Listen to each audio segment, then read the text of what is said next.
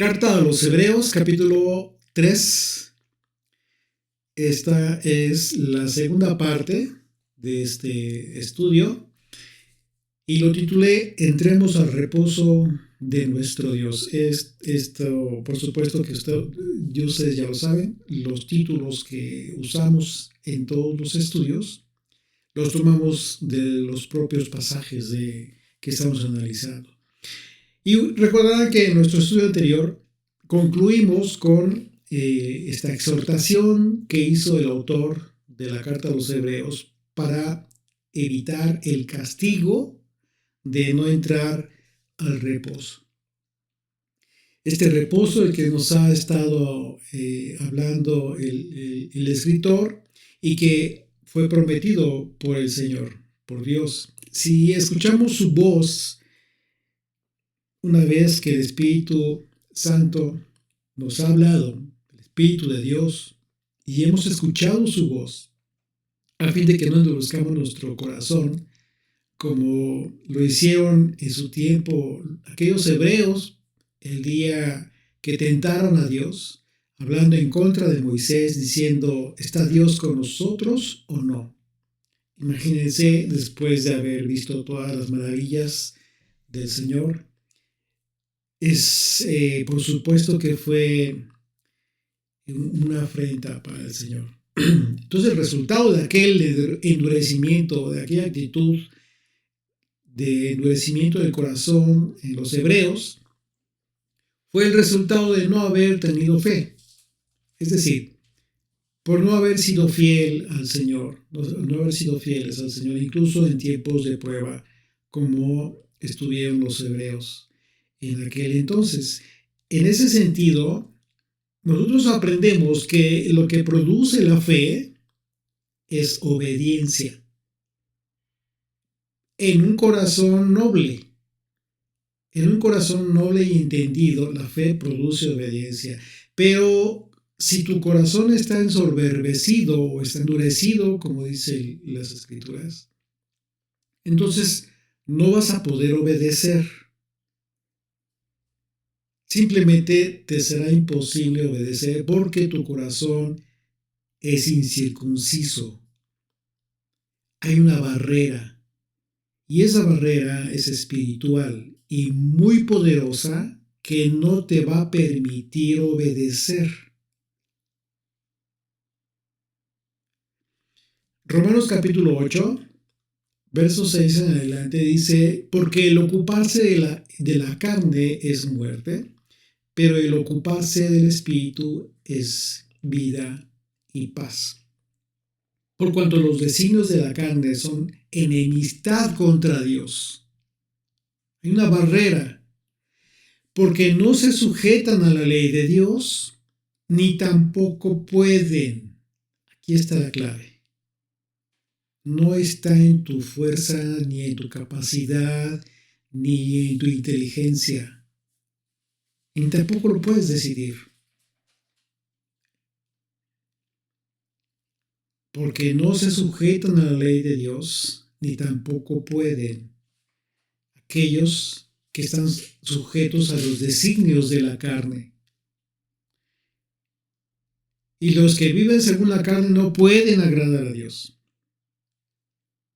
Entonces, estamos hablando de una barrera espiritual muy poderosa que te va a impedir tener fe. ¿Por qué?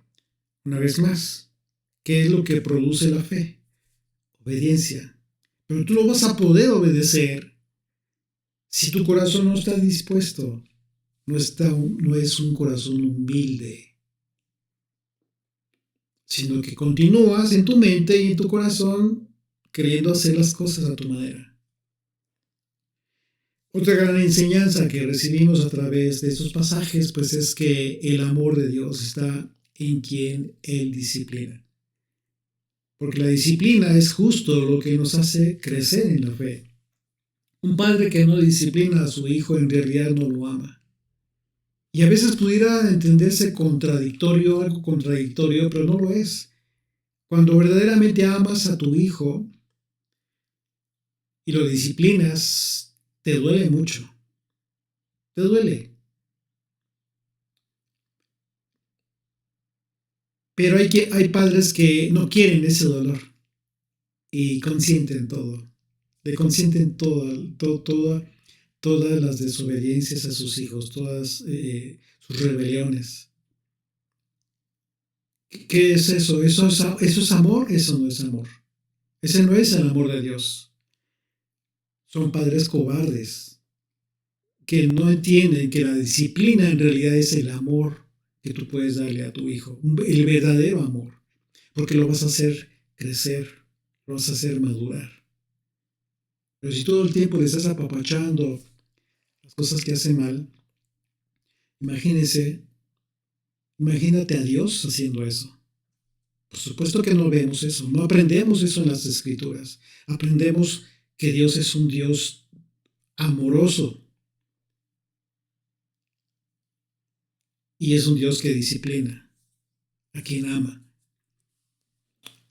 Entonces, para tomar contexto del estudio de hoy, vamos a leer de los versículos del 1 al 8 del capítulo 3 de la carta a los Hebreos. Si gustas, acompáñame en tu Biblia, por favor.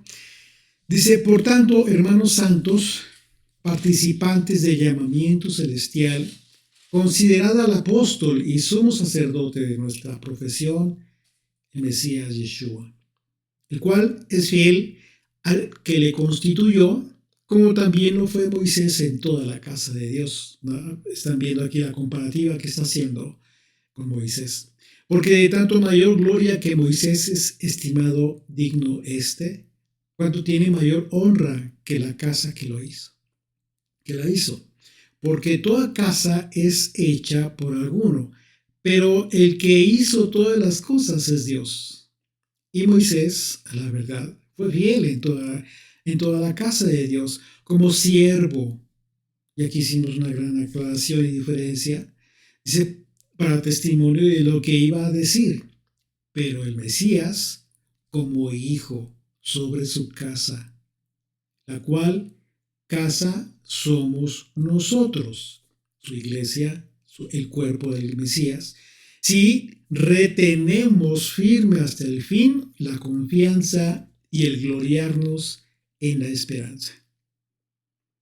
Por lo cual, como dice el Espíritu Santo, si oyereis hoy su voz, no endurezcas tu corazón, como en la provocación en el día de la tentación en el desierto. Y aquí el autor nos está remitiendo a aquella ocasión en donde el pueblo tentó al Señor, acerca de este evento en donde tuvieron sed y reclamaron a Moisés y de una forma tan ingrata que el Señor entendió esta rebelión como para él mismo. Y dice el verso 9, donde me tentaron vuestros padres, me probaron y vieron mis obras 40 años. Es decir, el resultado de esa actitud de incredulidad. Porque dijeron, ¿Dios está con nosotros o no? Bueno, a pesar de haber visto todo lo que vieron y vivieron, pues imagínense. Así es de que debido a su incredulidad, el pueblo de Israel enfrentó un juicio que terminó después de 40 años. Esta advertencia que hace el autor de la carta a los Hebreos fue escrita aproximadamente 40 años después de aquel rechazo inicial de los judíos respecto a Yeshua.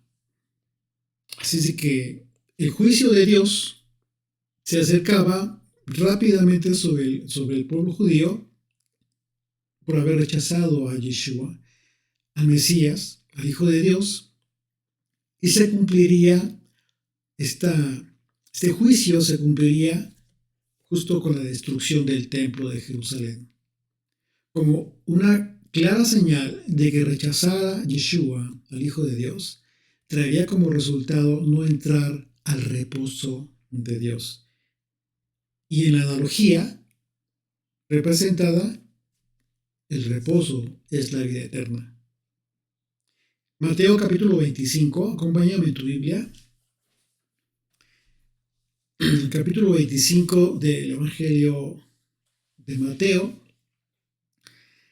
Dice del versículo 31 en adelante: cuando el Hijo del Hombre venga en su gloria y todos los santos ángeles con él, entonces se sentará en su trono de gloria. Y serán reunidas delante de él todas las naciones, y apartará los unos de los otros, como aparta el pastor las ovejas de los cabritos. Y pondrá las ovejas a su derecha y a los cabritos a su izquierda.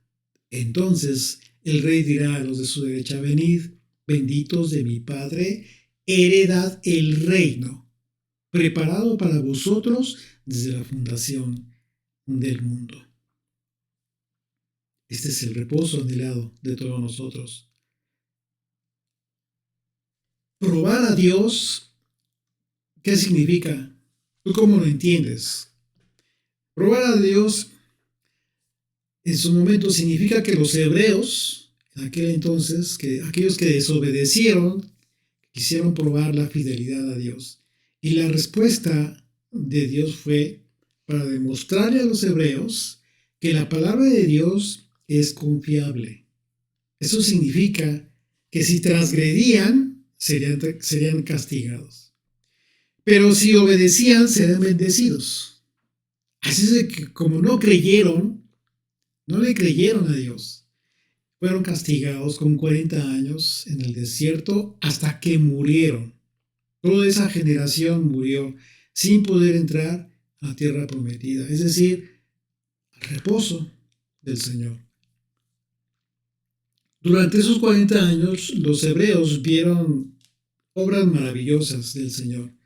Él los sostuvo. ¿Por qué? Si los había castigado. Bueno, porque Dios en todo momento sustentó a su pueblo, y esto significa que a pesar del castigo, a pesar de que Dios disciplina, Dios jamás olvidó a su pueblo. Jamás olvida a su pueblo. Porque siempre lo ha considerado su hijo. O sea, el hecho de que tú castigues, disciplines a tu hijo no significa que te vas a olvidar de tu hijo. Claro que no. Tú amas a tu hijo y la disciplina no implica que no lo ames o que lo ames menos. Claro que no. Tan es así que disciplinar duele. Y si tú lo has hecho, sabes que me entiendes perfectamente. Porque te ha dolido en el corazón disciplinar a tu hijo. Entonces, a pesar de la disciplina que Dios impuso a su pueblo, Dios lo sustentó durante todo ese tiempo, pero no les prometió que no entrarían en el reposo, no entrarían a la tierra prometida. Y ese es un principio muy importante que nos hace pensar justo en la fidelidad que Dios sostiene respecto al pequeño remanente judío de hoy en día. Y que de acuerdo a las profecías, Dios va a mantener, va a sostener por su fidelidad de Dios hasta los últimos días a este remanente. ¿Sí? Porque va a ser un remanente que al fin de sus días, justo cuando regrese el Mesías, le reconocerán. Al fin. Así está profetizado. Para reconocer al Hijo de Dios, y ese es el punto del autor. Ese es el punto del autor de la carta a los Hebreos.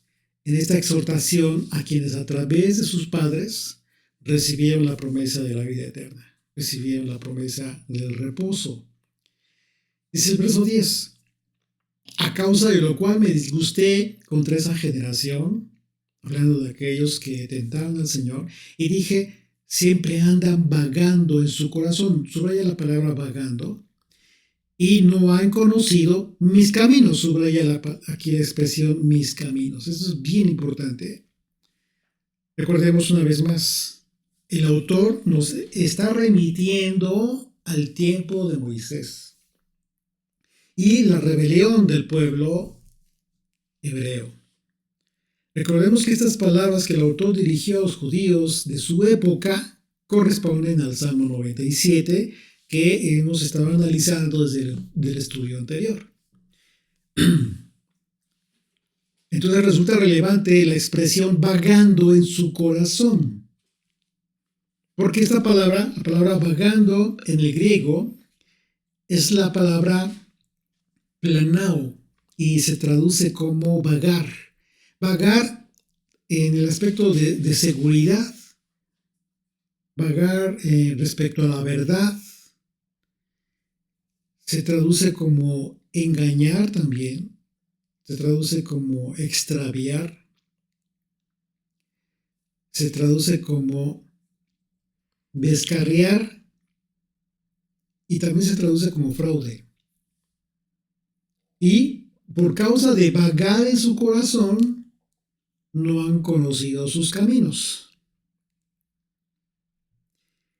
Entonces esta expresión, la palabra vagar en su corazón, nos da un contexto bien importante. Uno de los reclamos más constantes de Yeshua en su ministerio al liderazgo del pueblo judío fue precisamente el engaño, el fraude, el extravío de la verdad, conductas que son el resultado de no conocer el camino de Dios, como lo dice el autor. Está remitiendo y dice, no conocieron sus caminos. ¿Pero de qué está hablando el autor?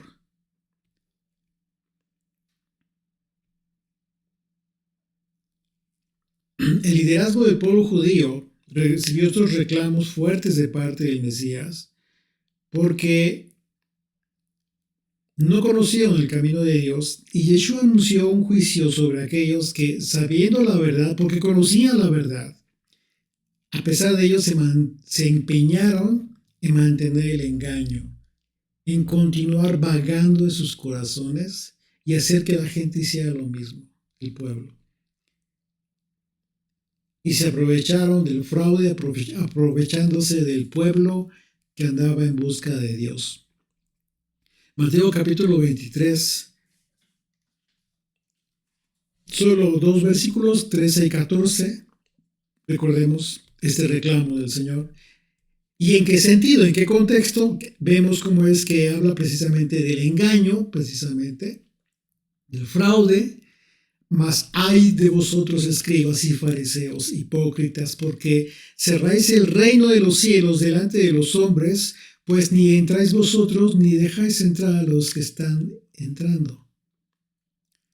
Ay de vosotros, escribas y fariseos, hipócritas, porque devoráis las casas de las viudas, y como pretexto, aquí está el fraude, hacen largas oraciones.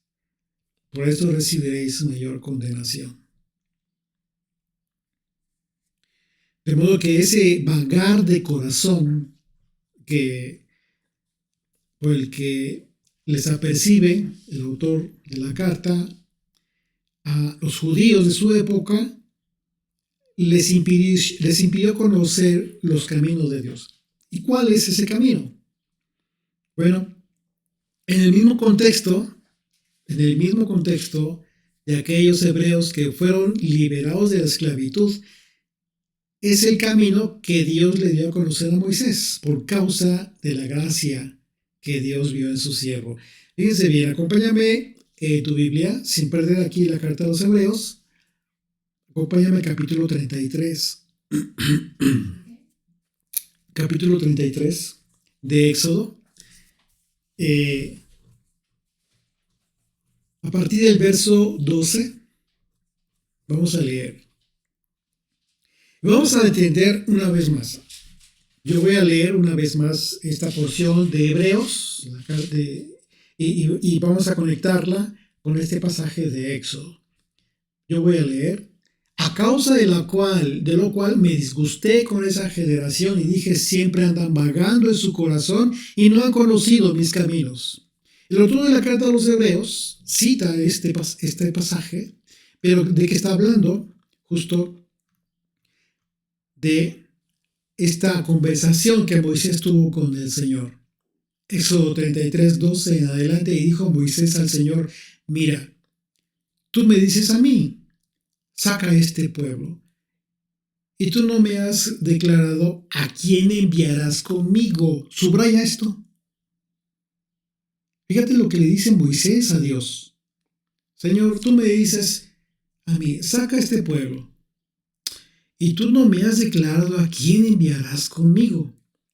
Sin embargo, tú dices: yo te he conocido por tu nombre y has hallado también gracia en mis ojos. Pero ahora pues, si has hallado y si he hallado gracia en tus ojos, te ruego que me muestres ahora tu camino para que te conozca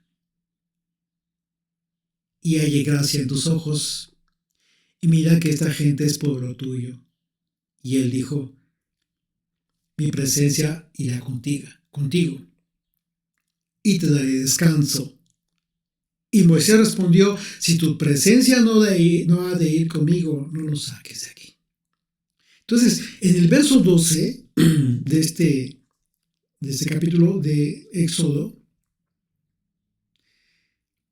vemos que Moisés está hablando de alguien que él espera que sea enviado con él. ¿Tú quién crees que sea? El Mesías. El Mesías, por supuesto.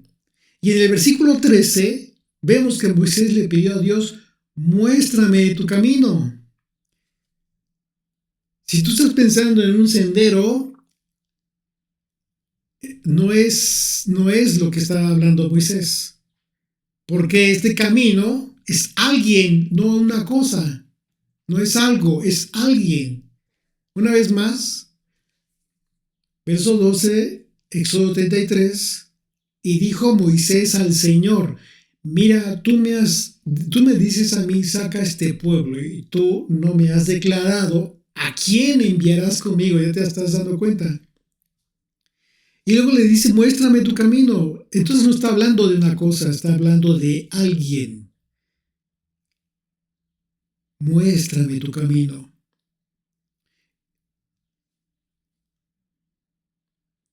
Esto es una referencia al Mesías. Y la razón por la que Moisés le pidió a Dios que le enviara al Mesías fue porque en la mente de Moisés, pensó que una vez que el pueblo entrara a la tierra prometida, para él, para Moisés se establecería el reino. O sea, él, en su concepto, en su idea, eso era ya el reino. Entonces necesitaba al Mesías para que lo llevara. Así es de que esto coincide justo precisamente con lo que nos confirma el Evangelio de Juan, en las propias palabras del Mesías. Yeshua lo dijo, él mismo lo dijo, y esto es fascinante. Nada menos que en el contexto del reino, es decir, el reposo del Señor, del que nos está hablando el autor de la carta a los Hebreos. Acompáñame al Evangelio de Juan, por favor, ahí al capítulo 14. Vamos a leer a partir del verso 1. Entonces dice: no se turbe vuestro corazón, las palabras del Señor. No se turbe vuestro corazón. ¿Creéis en Dios? Creed también en mí. En la casa de mi Padre muchas moradas hay. Ya está hablando del reino. Si así no fuera, yo os lo hubiera dicho. Voy, pues, a preparar lugar para vosotros. Y si me fuere y os prepararé el lugar, vendré otra vez y os tomaré a mí mismo, para que donde yo estoy, vosotros también estéis. Y sabéis a dónde voy, y sabéis el camino. Subraya: y saben el camino. Le dijo Tomás: Señor, no sabemos a dónde vas. ¿Cómo pues podemos saber el camino? Dice: no conocemos el camino, le dice Tomás. Yeshua le dijo: yo soy el camino, la verdad y la vida. Por supuesto que conoces el camino. y nadie viene al Padre sino por mí. Si me conocéis, también a mi Padre conoceréis. Y desde ahora le conocéis y le habéis visto, que fue justo lo que Moisés le pidió. Lo interesante es que esto que, si tú, como muchos judíos, piensas que el autor de la carta a los hebreos, al igual que Moisés, hablaron de que los caminos del Señor solo es una referencia a la Torá, te estás quedando muy corto. Sí, por supuesto que sí, claro que sí, pero la profundidad de estos pasajes tiene que ver precisamente con la revelación del Mesías. El camino es Yeshua, Jesucristo. ¿Y cuál fue el error? El error del pueblo judío, al pensar solamente en los mandamientos, es que no creyeron en la doctrina de Yeshua. Porque pues, ellos ya lo entendían, ya lo tenían entendido de una forma. De tal manera que cuando vino el Señor, vino Yeshua y comenzó a interpretar correctamente la Torá, no le creyeron. No creyeron en su doctrina, en su enseñanza. Ellos desvincularon la correcta comprensión de los mandamientos de Dios con su Mesías, que es el camino. Para entender la Torá, tienes que conocer el camino. Tienes que creerle al camino. Y el resultado de ello, ¿cuál fue? Siempre andan vagando en su corazón, como se lo dijeron a los hebreos en su tiempo y como se los está advirtiendo el autor de la carta a los hebreos. Siempre andan vagando en su corazón. Otro ejemplo de este vagar en el corazón que tuvo el liderazgo judío, que no creyó en la doctrina de Jesucristo, lo vemos ahí en el capítulo 7 del Evangelio de Marcos. Hay muchos pasajes, pero este es uno muy característico por las palabras del Señor. Ahí a partir del verso 5 dice: le preguntaron pues los fariseos y los escribas, ¿por qué tus discípulos no andan conforme a la tradición de los ancianos, sino que comen pan con manos inmundas? Respondiendo él les dijo: hipócritas. ¿A qué se refirieron los judíos acerca de la tradición? Ellos estaban hablando, cuando dicen manos inmundas, no significa que no tuvieran limpias las manos. No se refiere a una suciedad común. Ellos estaban hablando de un ritual judío, de la tradición judía, un ritual que ellos se inventaron, el famoso Netilat Yadayim, que es un lavado ritual, ni siquiera con jabón, no tiene nada que ver. Hacen unos rezos y verten agua sobre una mano, después sobre otra mano, usan una jarra especial que tiene 2 asas, en fin, todo un ritual religioso que no tiene nada que ver con los mandamientos de Dios. Y entonces, como los discípulos no hicieron eso, porque Jesucristo nunca hizo eso, le reclamaban: ¿por qué tus discípulos comen con manos inmundas? Respondiendo él, y por eso les contestó de esta manera: hipócritas. Bien profetizó de vosotros Isaías, como está escrito: este pueblo de labios me honra, hablando acerca de Dios, con lo que dijo Dios a través del profeta. Este pueblo de labios me honra, mas su corazón está lejos de mí. Pues en vano me honran, enseñando como doctrinas mandamientos de hombres. ¿Qué dijo el profeta? Que el pueblo desde ese tiempo estaba enseñando al pueblo, los líderes judíos, estaban enseñando al pueblo tradiciones, mandamientos que ellos se inventaron, en lugar de enseñarles la Torá, la esencia de la Torá, el espíritu de la ley. Porque dejando el mandamiento de Dios, os aferráis a la tradición de los hombres, los lavamientos de hombres, a los mandamientos de hombres. Dice, los lavamientos de los jarros y de los vasos de beber, y hacéis otras muchas cosas semejantes. O sea, dijo, todas esas cosas ustedes se lo inventaron. No tiene nada que ver con la voluntad de Dios.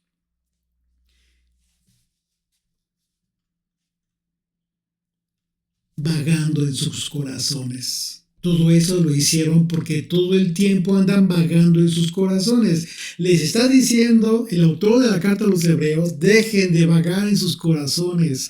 No sea que el Señor los castigue y les impida entrar a su reposo. Si ya entendimos que vagar en el corazón tiene que ver con el engaño, con la mentira, el fraude muchas veces, etc., podemos entender que las falsas interpretaciones que los judíos religiosos hicieron de la ley trajeron como resultado todas esas enseñanzas que no tuvieron nada que ver con la palabra de Dios escrita.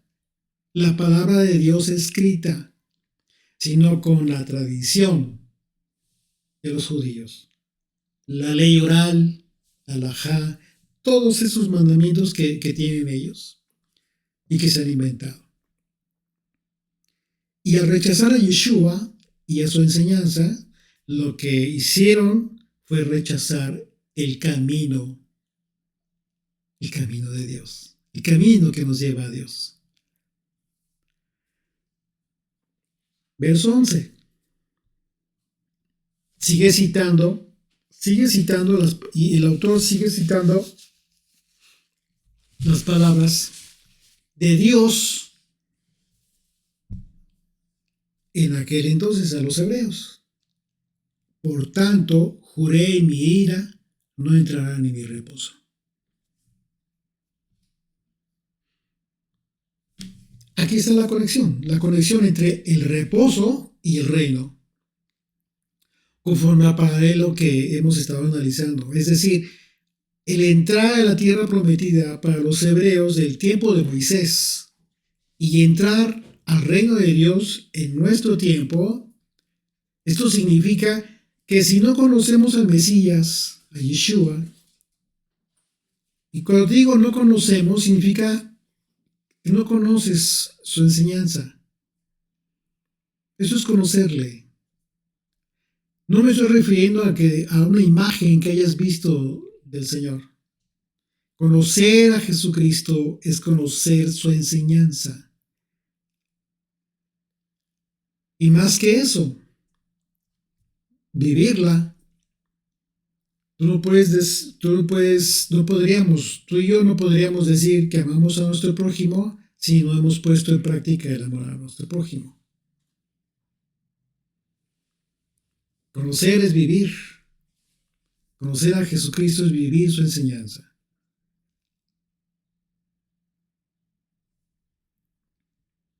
Entonces, si no lo conocemos, si no vivimos su enseñanza, no entraremos al reino. No vamos a entrar al reino de Dios.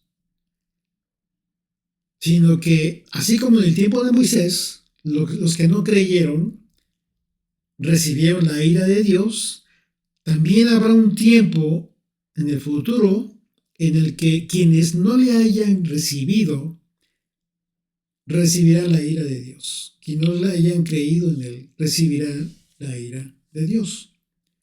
Un tiempo que está profetizado porque va a ocurrir. Un tiempo en el que los que hayamos creído, ya para ese entonces habremos sido, para el tiempo de la ira del Señor, ya habremos sido arrebatados.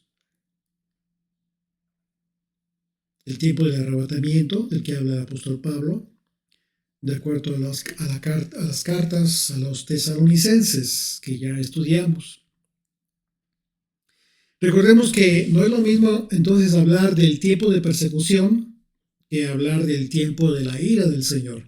Y precisamente el apóstol Pablo hizo esta gran diferencia para que tú como creyente tengas confianza de que si has decidido seguir el camino del Señor, entonces tú no vas a sufrir la ira de Dios.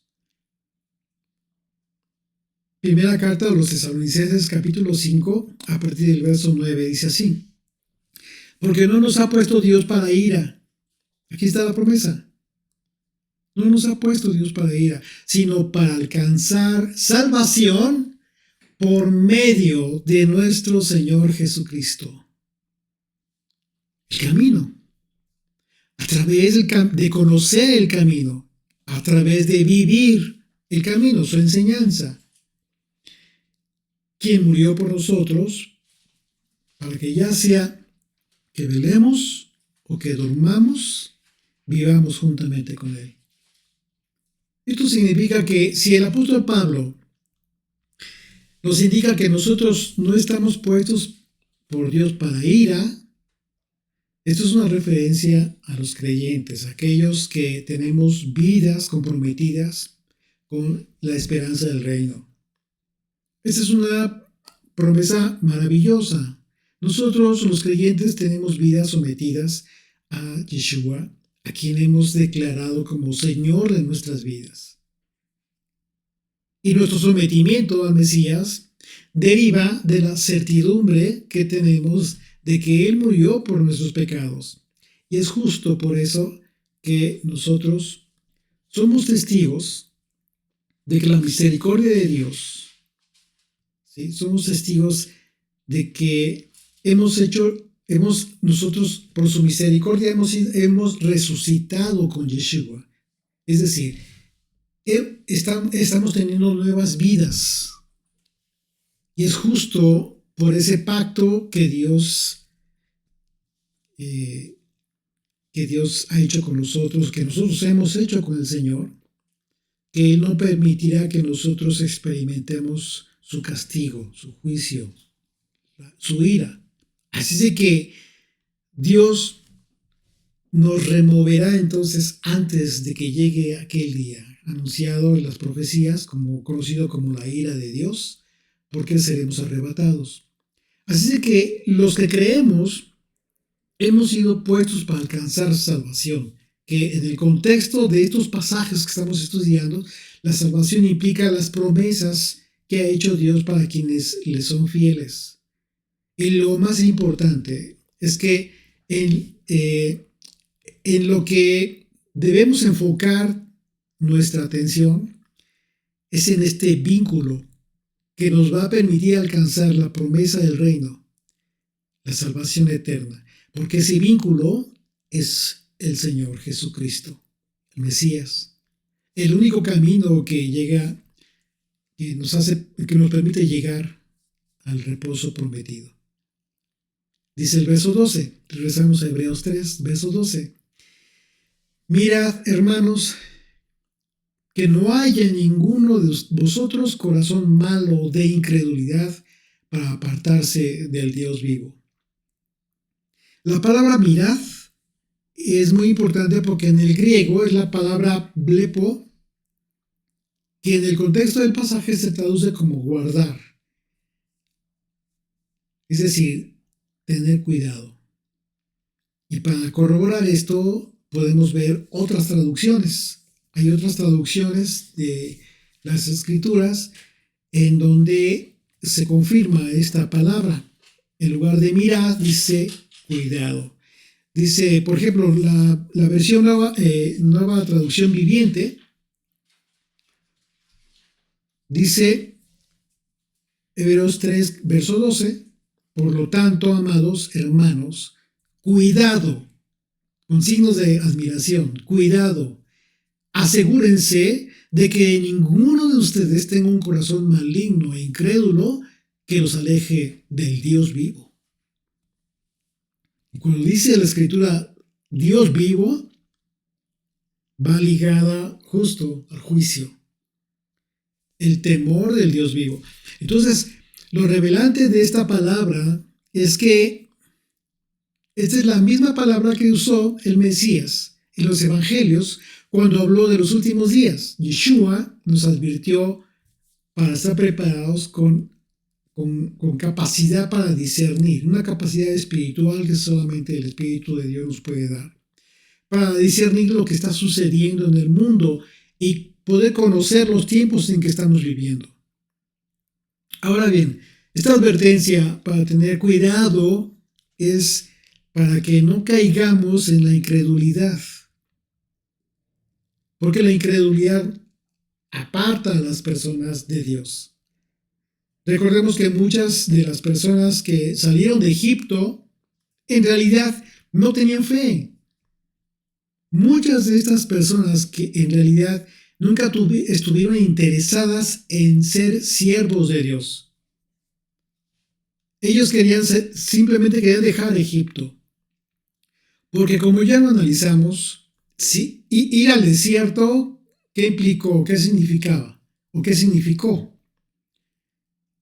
Ir al desierto para servir a Dios, pues tuvo que ver con ir al desierto para adorar a Dios. Una palabra que ya analizamos también y que tiene que ver con rendirse. Adorar a Dios tiene que ver con rendirse en cuerpo y alma a Dios, con toda humildad. Pero muchas de esas personas en realidad pues no estaban interesadas en adorar a Dios, para dedicarle su vida. Ellos solo querían salir de Egipto, pero cuando se dieron cuenta de lo que implicó confiarle a Dios sus vidas, pues de repente querían matar a Moisés ya, ¿no? Ya lo querían matar y querían regresar a Egipto. Ellos realmente no querían, no tuvieron nunca la intención porque quisieron salir de Egipto. Muchos de ellos pues vieron todas las plagas, vieron todo el juicio de Dios y dijeron, ¿qué vamos a hacer aquí? Vámonos. Porque si esto los protege Dios, yo voy con ellos. ¿No se te hace parecida esa actitud?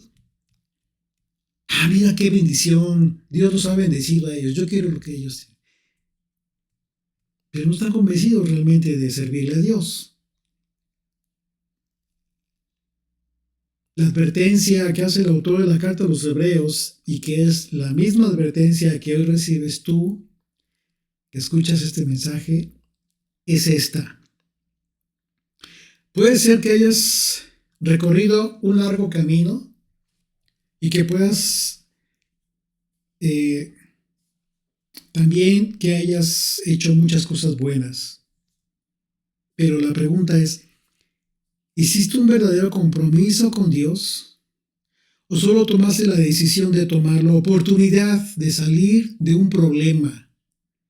Porque en un momento confiaste en que Dios podría ayudarte a salir de ese problema. Pero realmente jamás te detuviste a considerar entregar tu vida para siempre al Dios vivo.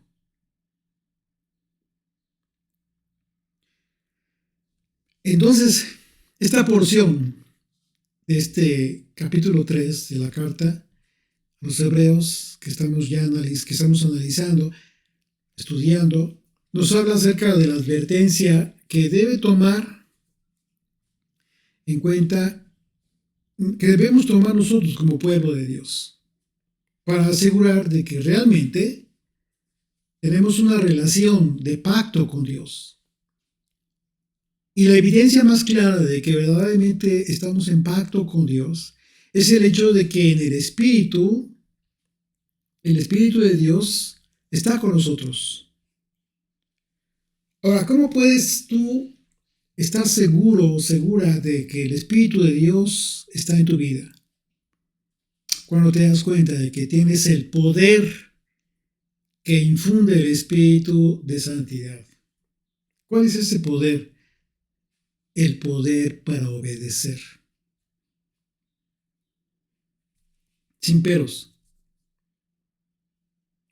Lo escuchas, conoces y obedeces. Caso contrario, quienes se alejan de Dios son como aquellos en el desierto que en realidad no fueron partícipes de este llamamiento celestial para servir, para adorar a Dios, sino que en realidad solo tuvieron una razón diferente para salir de su Egipto, y que fue por esa razón que murieron en Egipto. Es decir, no entraron en el reino, no entraron a la tierra prometida. ¿Cuál es la falsa expectativa de quienes, aunque dicen creer en Dios, en realidad no estuvieron conscientes de entregarle sus vidas al Señor? Muchos de ellos recibieron lo que el apóstol Pablo en su momento llamó como un falso evangelio, y se conformaron con ese falso evangelio, aquel mensaje que solo se centró en una promesa muy conocida: acepta a Jesús y todos tus problemas van a ser resueltos, y Él te cumplirá todos tus sueños. Pero eso solo ha sido una cruel mentira. ¿Yeshua tiene el poder para hacer esto? Claro que sí.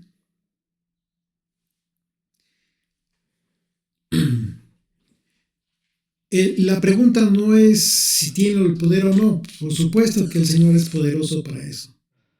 El punto es si realmente las personas están conscientes de la razón por la cual el Señor puede hacer que tú salgas de tus problemas. Y la razón es que tú estás dispuesto con un corazón humilde para aceptar precisamente